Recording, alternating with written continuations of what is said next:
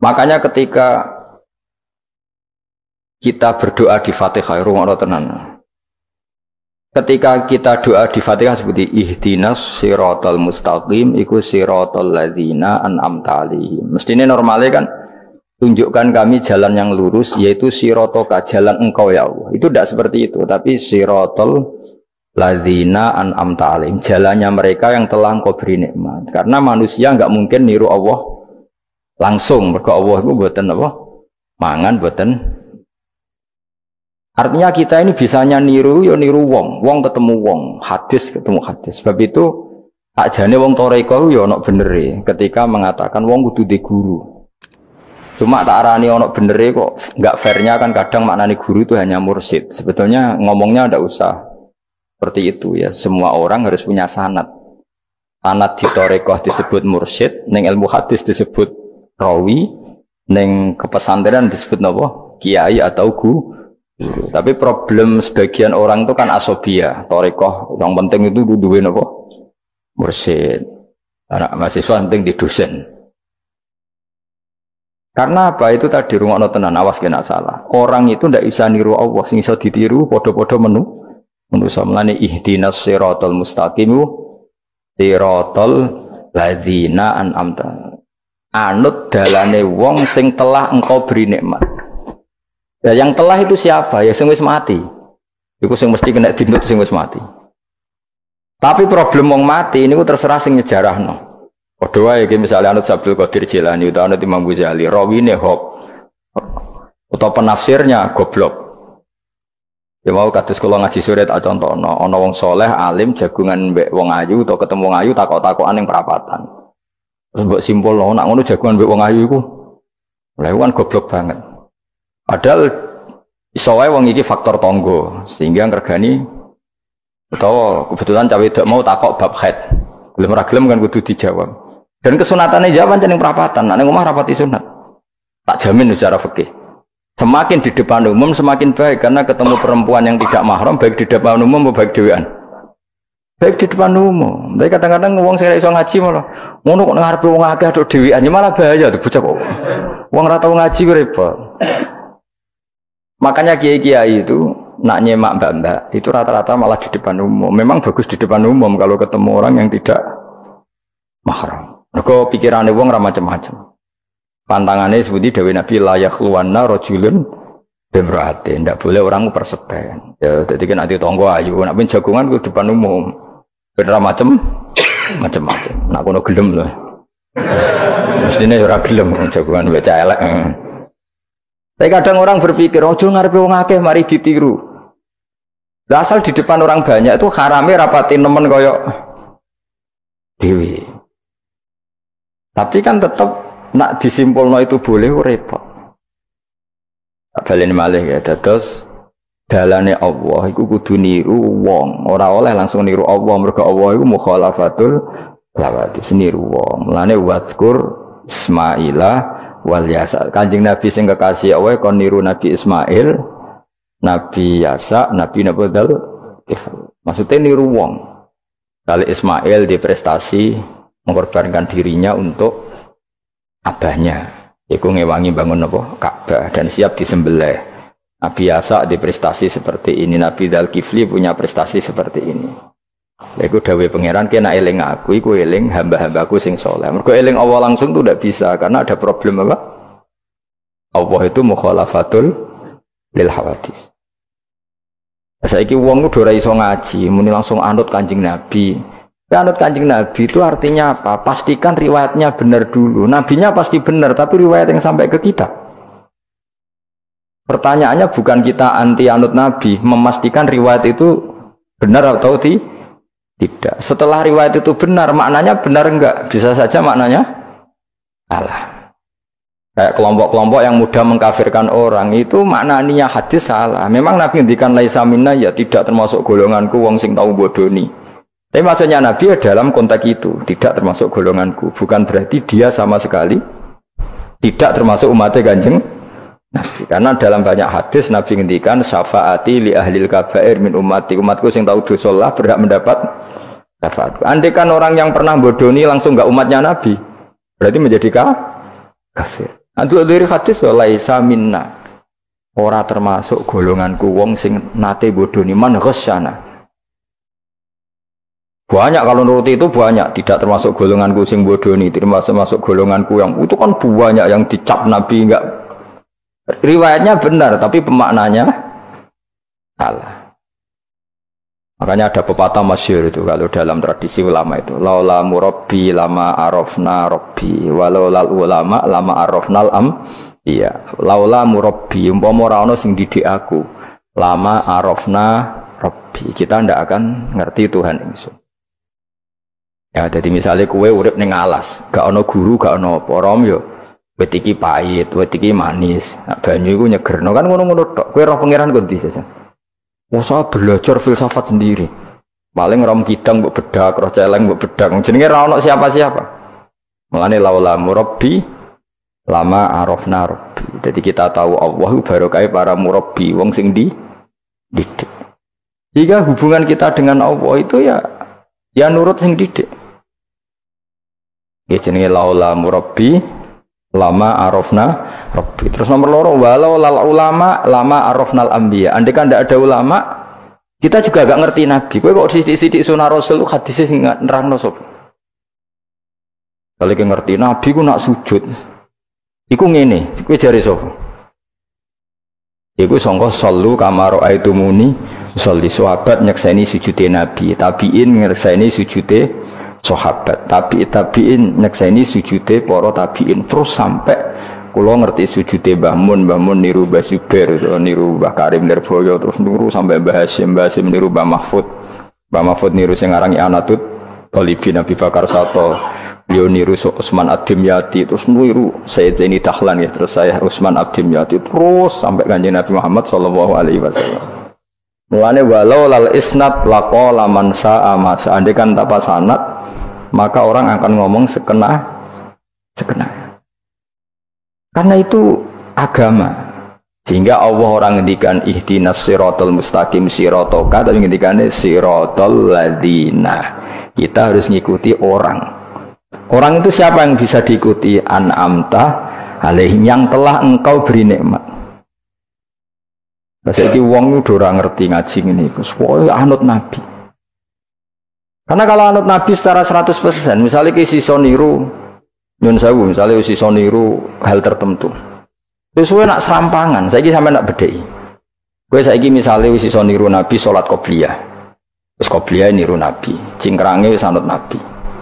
Wis misalnya, terus dia wis niru Nabi. Nanti kalau agama itu tidak ada riwayat, Nabi urip di Mekah Madinah, kenapa kamu tidak urip di Mekah Madinah? Misalnya pertanyaannya seperti itu.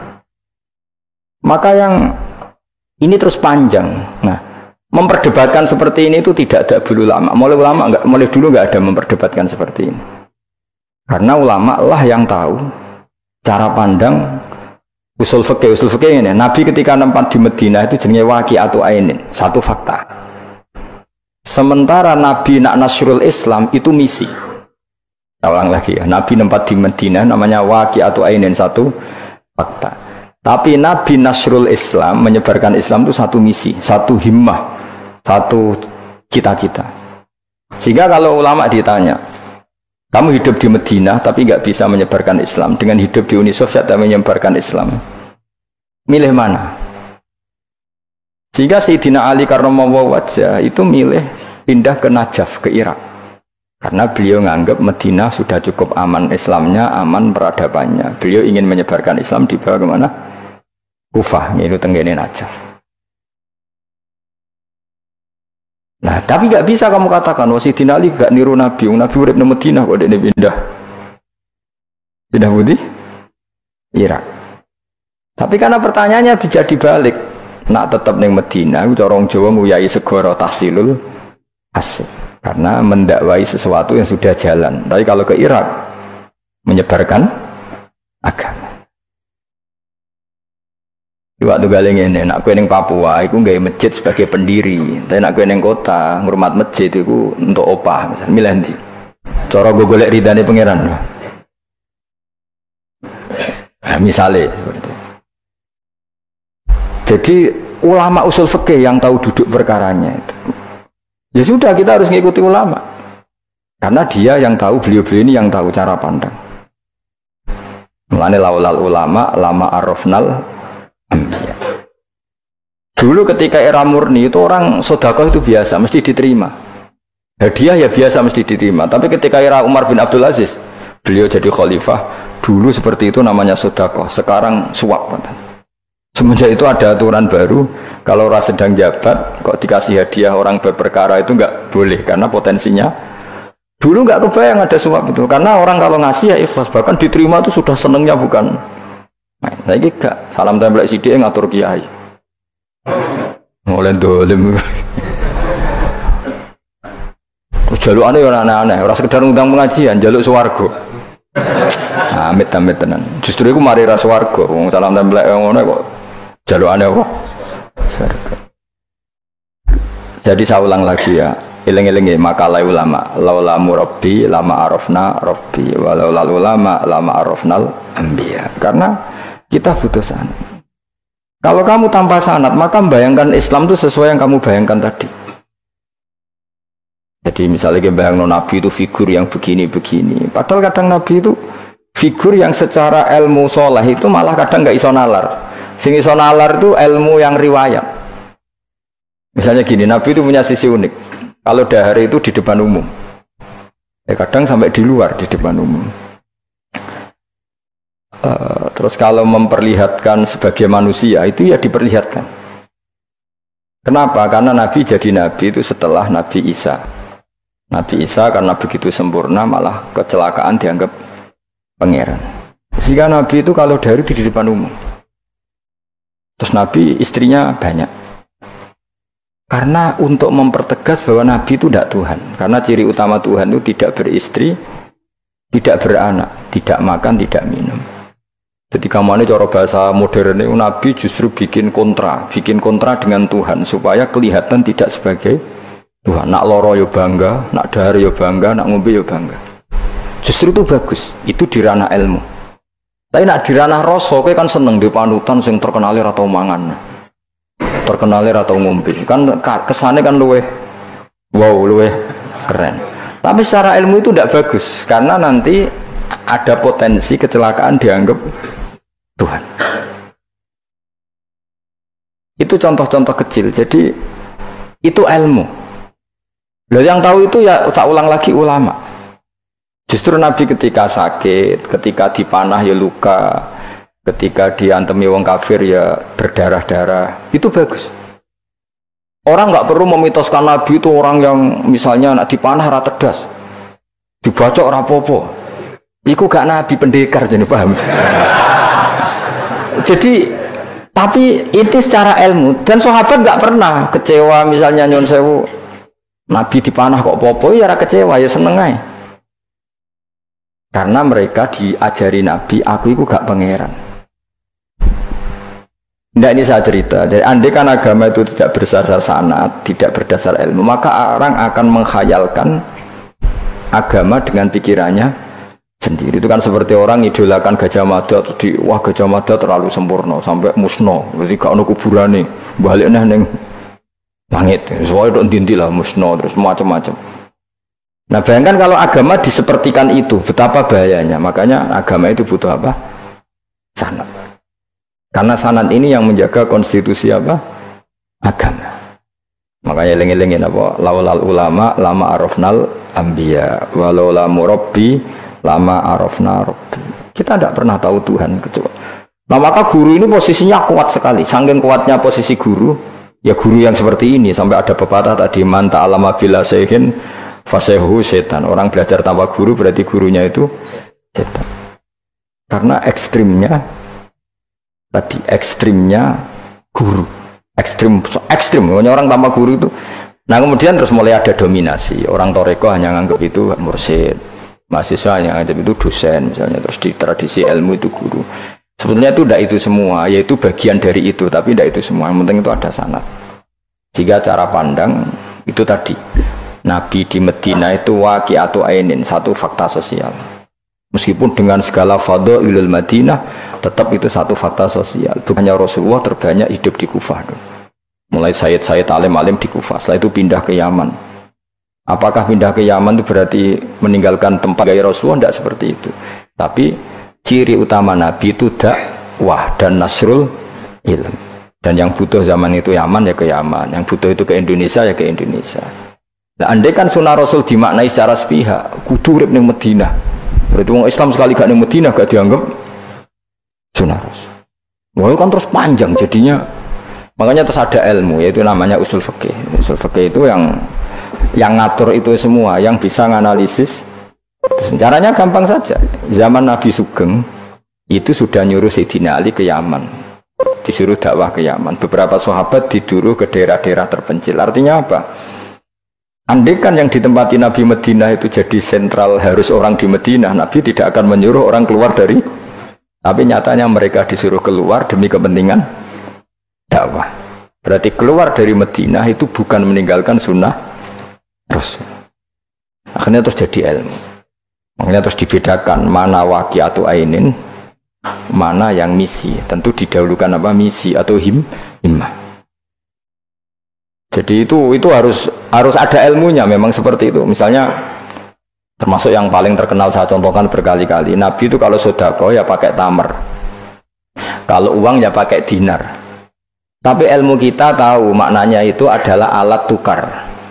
Hingga di Indonesia kita sedekah pakai rupiah. Kalau Nabi pakai tamar, kita ganti beras karena maknanya kut, makanan pokok. Oh kok pepeh niru Nabi. Lagi niru Nabi saiki berarti sedekah rupiah gak niru Nabi. Nabi nggak pernah sedekah pakai rupiah, tapi pakai apa? Dinar.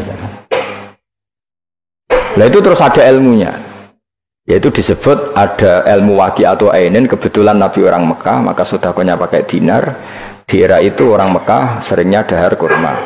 Terus itu semua dimaknani kod sama alat tukar, apa? Kod sama alat tukar. Sekarang alat tukar rupiah ya berarti sedekahnya rupiah. Kalau zakatnya dulu makanan pokok di Mekah, ya kita zakat pakai makanan pokok di Indonesia, maknanya beras. Itu ya ulama lagi yang tahu, itu ulama. Lengi-lengi ihdinas siratal mustaqim, siratal ladzina, jalannya mereka yang telah engkau beri nikmat. Karena kalau langsung anut Kanjeng Nabi misalnya, terus sanatnya gimana coba? Misalnya sholat madhep Ka'bah, itu ya sudah kita anut Nabi, sholat itu madhep Ka'bah. Tapi zaman Nabi teng Medina itu luas masjid Medina itu sudah lebih dari luasnya Ka'bah. Geleng-geleng. Dina ana wong fanatik Ka'bah itu, fanatik presisi Ka'bah itu rapati ngaji. Zaman Nabi Sugeng itu luas masjid itu sudah lebih luas ketimbang Ka'bah. Ka'bah itu hanya 18 kali 16 meter.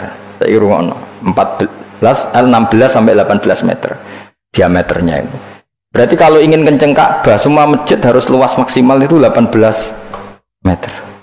Karena kalau masjid itu 50 meter, berarti ujung yang sana sampai sana itu sudah tidak center Ka'bah. Kalau ingin center harus bentuk U. Iya kan? Kalau Ka'bah itu 18 meter, kalau ingin kenceng Ka'bah berarti masjid semua harus berapa luasnya? 18 meter. Nanti kalau 50 meter yang ujung sana sama ujung sana, bodoh utopia, bodoh. Tapi zaman Nabi Sugeng itu masjid di Medina itu sudah lebih luas ketimbang diameter. Itu menunjukkan bahwa madhep Ka'bah itu tidak harus persis Ka'bah untuk jarak yang jauh, cukup jihad itu namanya arah. Ya terus seperti itu.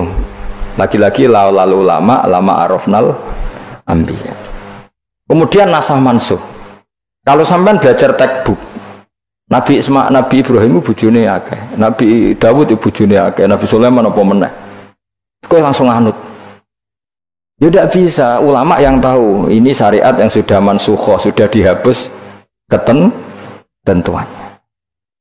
Ya begitu terus-terusnya. Ngilangin najis ya begitu, terus ngelola anak ya begitu, semuanya. Terus ulama ngarang fikih detail itu, disebut kitab fikih itu, ada Fathul Qorib, ada Fathul Mu'in. Jadi kamu tidak bisa berdiri sendiri memahami agama. Makanya laulal isnad laqala man sa'a ma sa'a. Andaikan tidak ada sanad, maka orang akan semau gue, karena dia punya pikiran, kebetulan dia kiai, dianggap itu pikirannya Islam.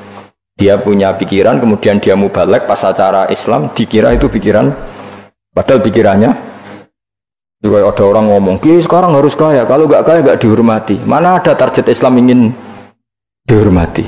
Itu satu kesalahan. Bilang harus kaya. Mana ada di antara hukum fikih itu kaya itu harus. Mengharuskan sesuatu yang tidak wajib itu dosa besar.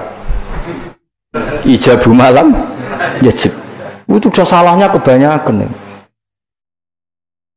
Terus target supaya dihormati. Mana ada target Islam orang yang ingin diridani Allah, pengen dihormati uang. Lucu meneh kan itu mesti pikirannya sendiri. Tidak mungkin itu pikiran Islam. Ya tidak hilang ya. Laulal isnad laqala man sa'a masa. Andai kan tidak ada sanad, maka orang mau ngomong apa saja ngomong. Terus dibutuhkan sanad. Termasuk yang ekstrim itu juga butuh sanad.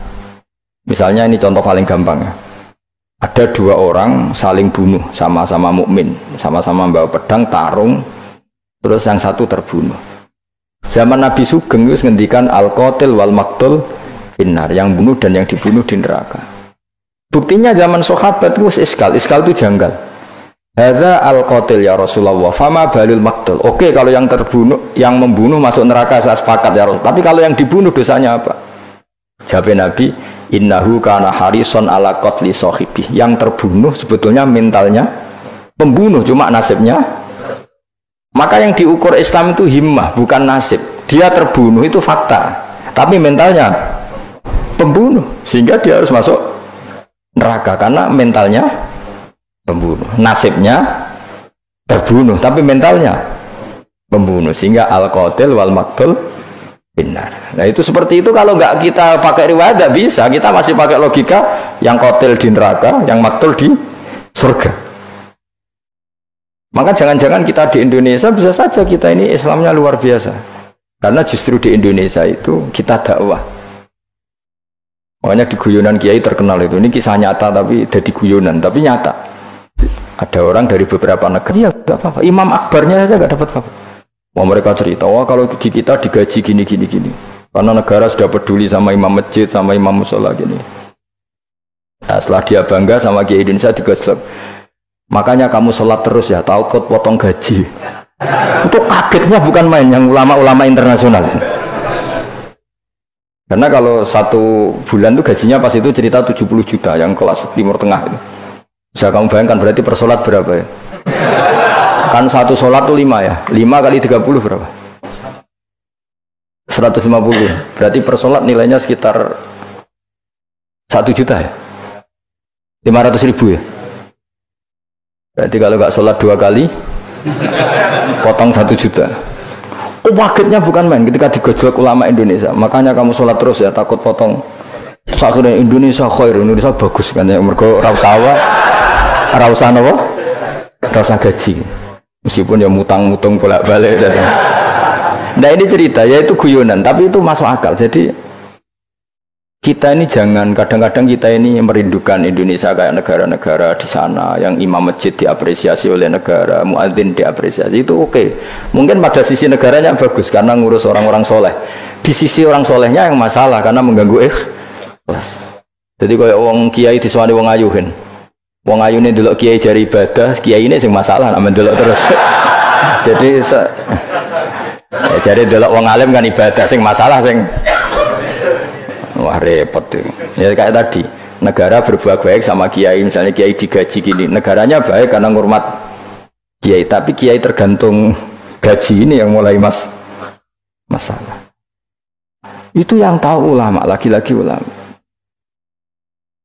Makanya saya itu sama ulama itu hormatnya, Masya Allah. Saya itu dulu Mbah Mun itu tidak pati suka sama apa-apa di manajemen.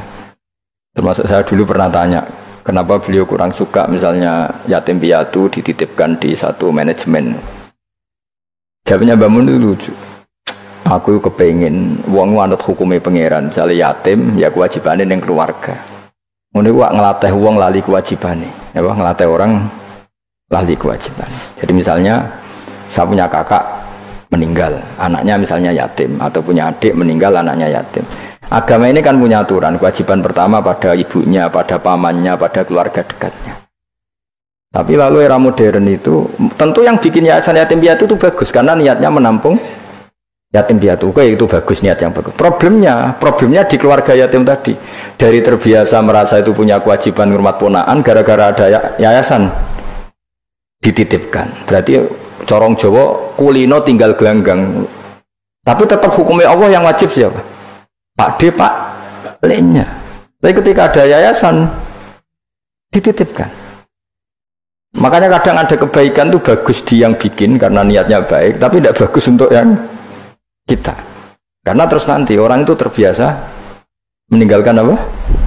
Kewajiban. Nah, itu bahaya kalau ini begini terus, itu bahaya. Bahayanya tadi. Coba kalau dia di rumah keluarga, taruh saja gini. Punya Pak D 3, yang peduli 1 saja. Itu sudah kayak anaknya sendiri. Plus ada rasa, namanya sama ponaan itu ada rasa. Belum ada misanan, minduan, tetangga. Kira-kira dapat limpahan kasih sayangnya banyak mana daripada di yayasan? Banyak di keluarga. Meskipun yayasan itu ya bagus, tapi tetap tadi nggak boleh orang itu meninggalkan apa? Kewajiban. Itu cara berpikir ulama. Orang harus dilatih tanggung jawab terhadap kewajibannya sendiri. Makanya tadi ya, jadi pepatahnya itu. Tapi tetap yayasan itu baik. Tapi problemnya tadi, terus wong kulino tinggal gelanggang joro Jawa. Profesi yo gitu. Misalnya ben pinter di pondokno. Sebetulnya al-madrasatul ula itu ibu. Anak mbok pondokno sekira tanggung jawab. Sebetulnya pelajaran pertama dari anak adalah perilaku orang enak terus pondokno pasrano kiai. Mun yai kula pasrah bongko anak-anak kula dadekno wong saleh. Piye karepe sing di anak itu sapa? Percontohan anak itu pertama orang tua. Tapi saiki nah kiai ini apa ya? Gawe lembaga pendidikan ben orang bisa belajar. Wong tuane sing kuwaco. Terus ora tanggung. Makanya lucu kan akhirnya kiai itu saake didik santri seneng akhirat mulai diwari kedunyan meneh mbek wong tuane. Dadi anggere mulai kambuh. Mondok apik neh kok mulai. Karena tadi ya saya ulang lagi ya, jadi Allah itu layak kulu walayanamu walayasrob. Allah itu nggak tidur, nggak makan, nggak minum, sehingga nggak bisa ditiru. Yang bisa ditiru itu sesama manusia. Mulane waskur Ismaila wal yasa wadal kifal nabo ihdinas siratal mustaqim siratal ladzina an'amta alaihim. Maka ketika kita nanti masuk surga itu faulaika ma'al ladzina an'ama Allahu alaihim minan nabiyyin wasiddiqin wasyuhada'i wassalihin wa hasuna ulaika rafiqa. Jadi enggak bisa kamu soleh sendiri, itu enggak bisa. Karena kalau soleh sendiri pasti dipimpin khayal, itu tak jamin pasti dipimpin apa? Khayal. Hingga harus ada sanad.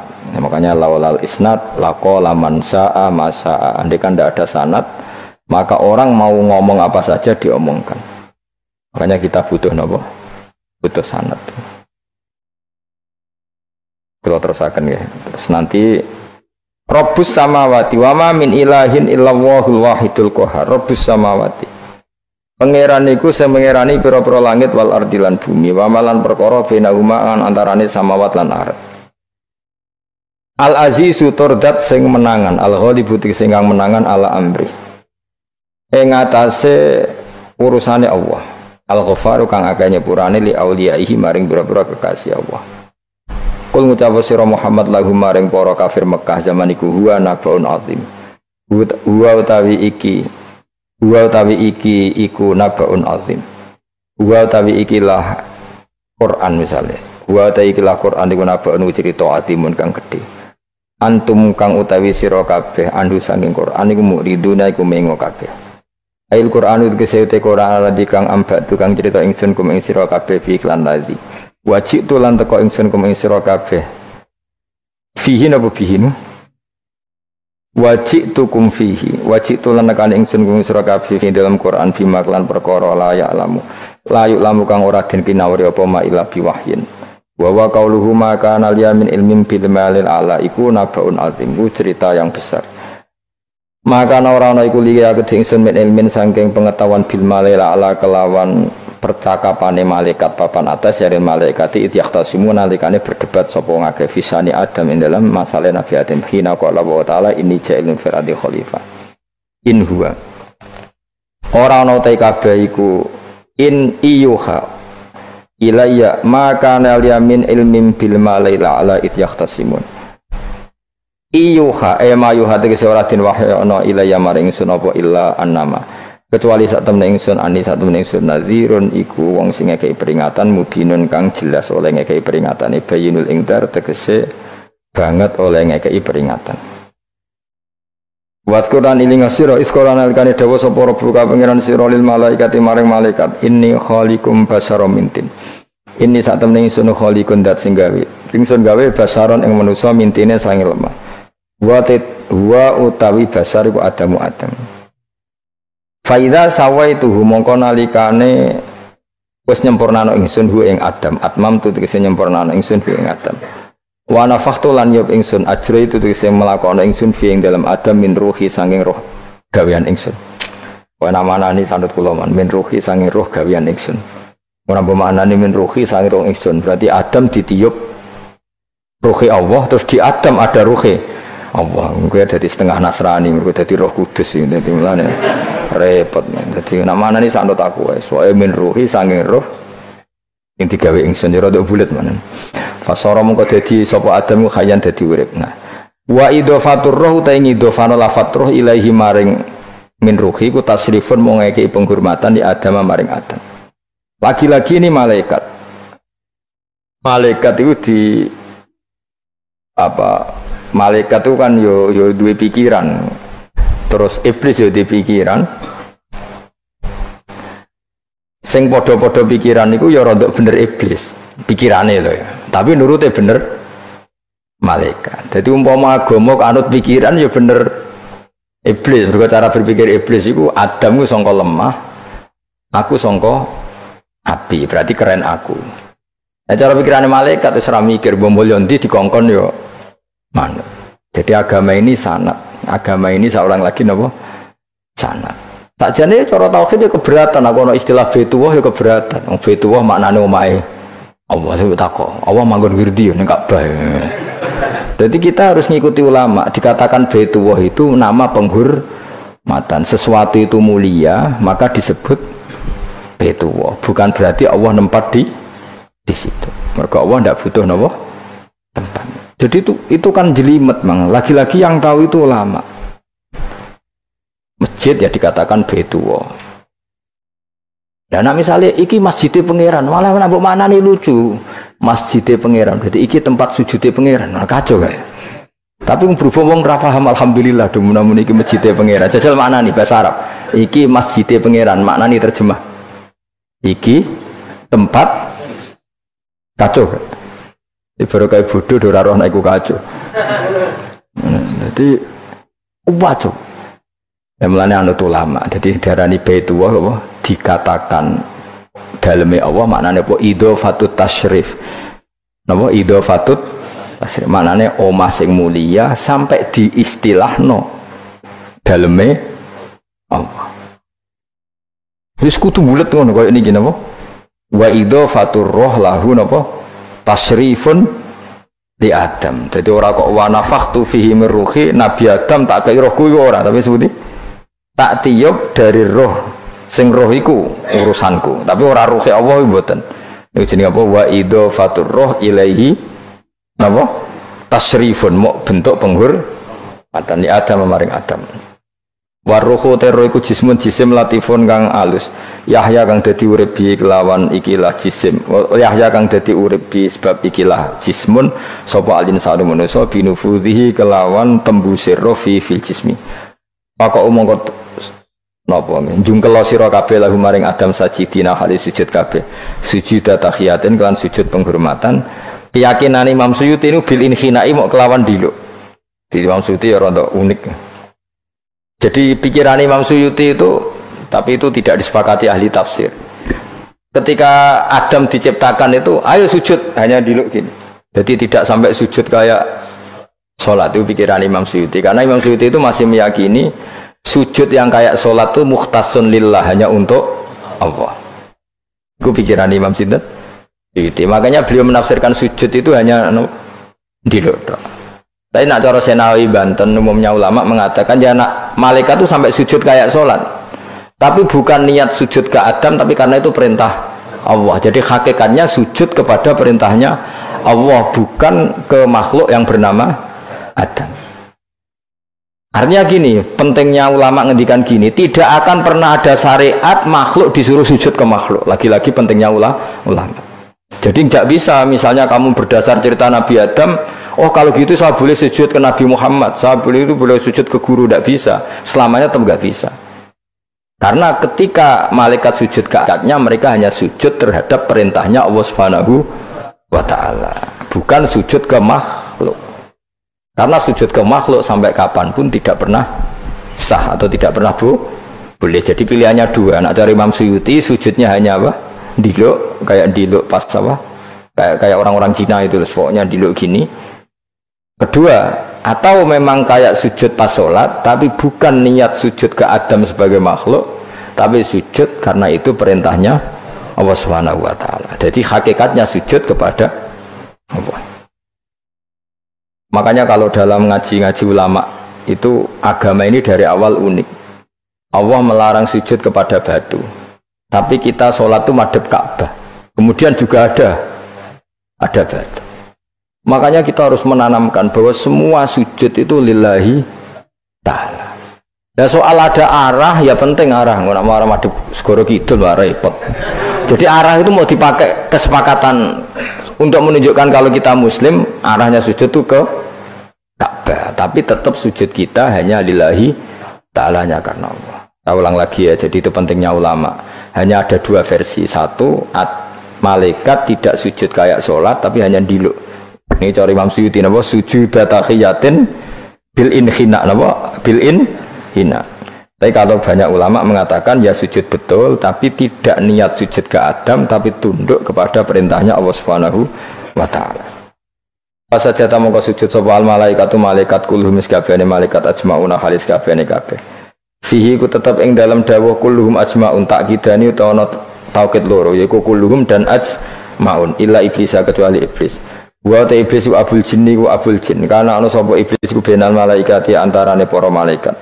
Istakbara sombong sapa iblis wa kana lan ana sapa iblis minal kafirina setengah sange wong sing kafir kabeh fi ilmillahi taala ing dalem ilmune Allah taala.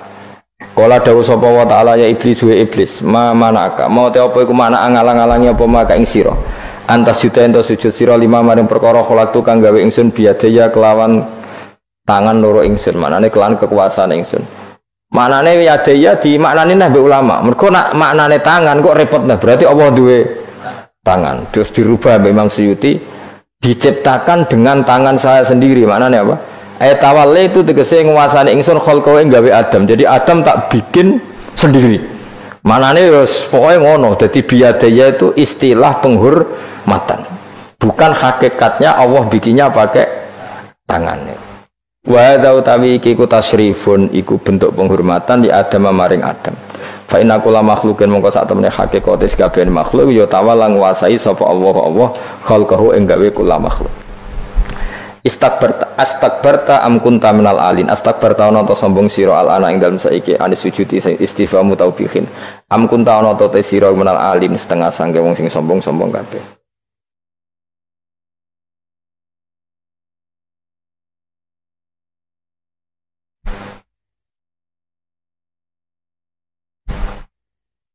Ono Imam Suyuti am kunta ana ta sira minal alin sanging sing sombong kabeh mutakabbirin tegese sing sombong kabeh. Kata kabar tamu kau sombong siro anis sujudi sang sujud. Pesli kau nikah krono anane siro iku minhum setengah sangking wong sing kumaluhur. Kala ngucap sapa iblis ana khairu minhu. Ana uta ingsun khairun wa apik minhu tinimbang Adam. Kula niku karena lebih keren timbang Adam. Kholak ta damel panjenengan ingsun minarin saking materi api. Wa kholak ta lan damel panjenengan ing Adam mintinin saking materi napa? Lemah. Kala dawuh sapa inten kala dawuh sapa Allah fakhrus mongko metu sira minha sang swarga minal jannati swarga wakila minas samawati sing pira-pira langit. Jadi sebetulnya mulai dulu itu ya ada khilaf fakhrus minha itu dari surga atau wakila minas samawat fa innaka manunis debat itu orang penggawian surga zaman Adam itu sama enggak dengan surga yang nanti untuk kita di surga. Wong ya sama kalau sama sekarang di mana ya seribet wong nganggur-nganggur seribet. Wong bus warga ora mesti kok geger perkara kok. Mas parah. Ya si Yahudi takok anu niku takok anu kok. Yahudi. Kanjeng Nabi nanti takok wong Yahudi, Muhammad nak langit bumi ku sok ben hancur pas kiamat. Terus manusa sing mati mulane Adam sementara ditakok endi. Jadi nak takok ngono mirip so. Mirip Yahudi. Nak mirip sugih apa apa, nak mirip ngamure. Jadi agama ini selalu disoal pakai akal. Jadi agama tanpa akal ora iso berdiri, tapi kalau terlalu bawa akal itu ya repot. Ya makanya tadi itu pentingnya riwayat. Seorang lagi pentingnya apa? Riwayat. Makanya coro Imam Malik itu nggak suka sama agama di logika itu nggak suka. Karena nanti orang yang punya logika terus merasa lebih punya otoritas terhadap apa? Agama. Itu sesuai ngono agama itu angel oleh nerangno sampean tuh agama itu. Sampai saya kita bedai, Nabi Adam diusir konti swarga. Terus swargane Nabi Adam saiki didakoni. Mergo swarga iku luase sak langit bumi. Lah nek iku saiki didakoni ndi wong. Swarga lebih luas ketimbang langit. Kan enggak mungkin sesuatu yang luas diletakkan di yang sempit. Akhirnya Mu'tazilah enggak percaya anane swarga zaman Nabi Adam. Jadi swarga sing cerita Adam itu tidak sama dengan surga yang nanti arduhas samawati wal ard. Dari ahli sunnah yo sono, lan ning ndi wis ra roh pokoke ono. Ya itu kan sama-sama terus diterusno wong debat. Ya sudah guys. Nak cara aku wis mlebu sik kok gampang nerangno nek wis bar roh.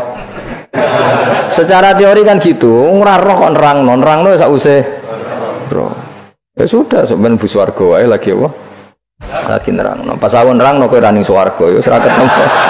Wis ngono anak nang cangkem elek ngono wis rasaku ben nerangno kowe ra ning kono ya wis akhire gak. Apa cocokan sampean? Aku tak nerangno swarga lah sing kono ben nerangno neraka. Koroe neraka. Agama itu unik. Ya karena tadi apa ya? Dari awal agama ini likaum yaqilun, tapi akal yang berlebihan itu ya mengganggu agama. Ya sudah makanya seorang lagi itu riwayat ya sebagian ini apa? Riwayat. Inna hadzal ilma dinun fangzuru amman ta'khuduna dinakum. Agama ini ilmu. Kemudian kamu harus dari sanad yang benar, ya. Dari sanad yang apa? Dari sanad yang benar. Ya sudah seperti itu. Mana cok kulon setuju model kayak sholat sunat safar tidak harus madhep kiblat terus. Jadi agama ini sudah unik. Misalnya gini, sholat fardu kan wajib madhep kiblat, tapi ada sholat yang nggak usah madhep kiblat, yaitu sunat safar. Misalnya orang di pesawat gini-gini. Karena guling-gilingan, nah, hakikatnya kiblat itu tidak fokus kita namun Allah Subhanahu wa Ta'ala. Jadi memang agama, tapi lagi-lagi itu butuh riwayat. Seorang lagi butuh riwayat. Kalau nggak pakai riwayat terus kok Abu Nawas kabeh. Karena tadi Amerika, seorang lagi Amerika, itu kalau dibor pas New York itu kena Ka'bah. Lah logikanya kalau arahnya pas itu kan bebas arah. Berarti orang Amerika oleh sholat bebas.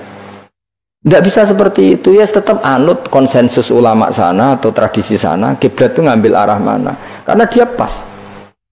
Ya bumi yang ada arah itu secara akal kan hanya rubuk 1/4. Makanya kalau kamu belajar falak itu ada rubuk. Lainnya itu sudah tidak ada arah. Misalnya bumi bulat bola, yang sama atas dikatakan sama-sama di atas. Ya kadarnya hanya 1/4. Lainnya itu sudah dikatakan samping. Makanya seperti Denmark itu ada daerah yang siang itu sampai 3 bulan, entah berapa siklus sekian puluh tahun. Ada yang lebih lama siangnya sampai 18 jam. Kalau di Eropa kadang puasa itu sampai 18 jam. Ada yang selalu nggak kena matahari kayak kutub utara, kutub selatan. Nah makanya kalau misalnya sholat itu ngikuti apa? Kalau ngikuti matahari orang kutub sholatnya hanya maghrib, isya, subuh. Gak wajib poso atau ono rino misalnya. Ya tidak bisa seperti itu. Jadi kalau nuruti logika kan terus berdebat terus. Tapi kalau nuruti rasa sebagai hamba, orang kutub butuh sujud sama Allah, orang kutub butuh loyal sama Allah dengan memperlakukan puasa. Ya sudah, akhirnya kita harus puasa. Nah lalu kalau ukurannya matahari mereka tidak punya matahari, memangnya puasa itu penyebabnya wujudnya matahari apa penyebabnya loyalitas sama Allah Subhanahu wa taala? Loyalitas. Kalau penyebabnya matahari ya berarti kalau nggak ada matahari nggak usah apa? Nggak usah seperti itu cara berpikir. Makanya ngikuti ulama. Karena ulama yang tahu tradisinya Allah dan Rasul. Ya seorang lagi ulama yang tahu tradisinya Allah dan meskipun ya kadang saya enak dewe ulama, mereka ya kadang ya mau kalau bolak-balik ngomong gak diterang nombek cangkem elek ora paham-paham. Makanya masyhur itu ada kiai di debat sama orang untuk PKI. Pak Kiai, kalau setan dari api masuk api kan biasa. Terus susahnya apa? Mau materinya dari api. Terus kiai ku mek lemah, swawarna raine. Loro cung, nggih sakit. Jare wong kok lemah, kena lemah kok loro. Karena serak kena diterangno. Manusia materinya kan dari tanah, berarti kena dipendem urip-uripan. Piye aja? Ya lara ya, lah ya jare kok lemah kok dipendem ning lemah kok. Karena dijelaskan pakai lisan yang baik gak paham-paham. Sebenarnya kita ini ingin selalu baik, tapi ada orang-orang diterangkan cara baik-baik itu. Kayak misalnya ana wong kondo, Gus kula niku bojo kula cerewet ngene-ngene, apike kula pegat. Dicereweti bojo mbek diarani duda lara ndi? Lara diarani duda isen. Kowe payu rabi dicereweti, ambek ra payu rabi jomblo, sakit mana? Sakit distatuskan jomblo. Malah kena dicereweti sabar prestasi baru. Mesti wong diwolak-walik. Lan jarbe sekolah tas malan kula seneng mbek Imam Syafi'i.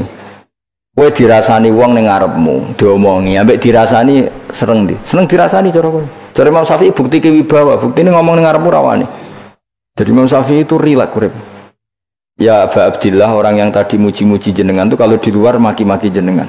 Ya alhamdulillah. Kok bisa, itu kan bukti pengkhianatan. Berarti saya wibawa, di depan saya enggak berani gitu.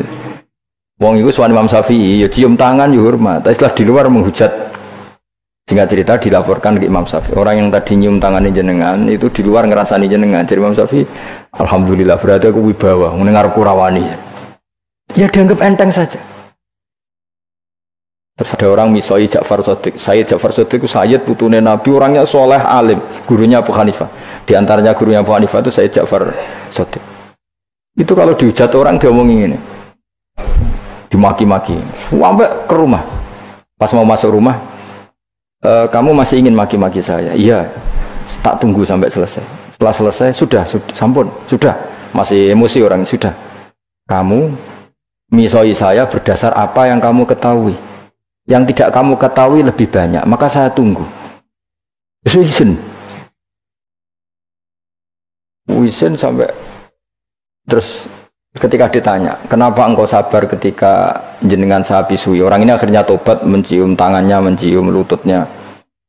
Jawab saya Ja'far Shadiq ini.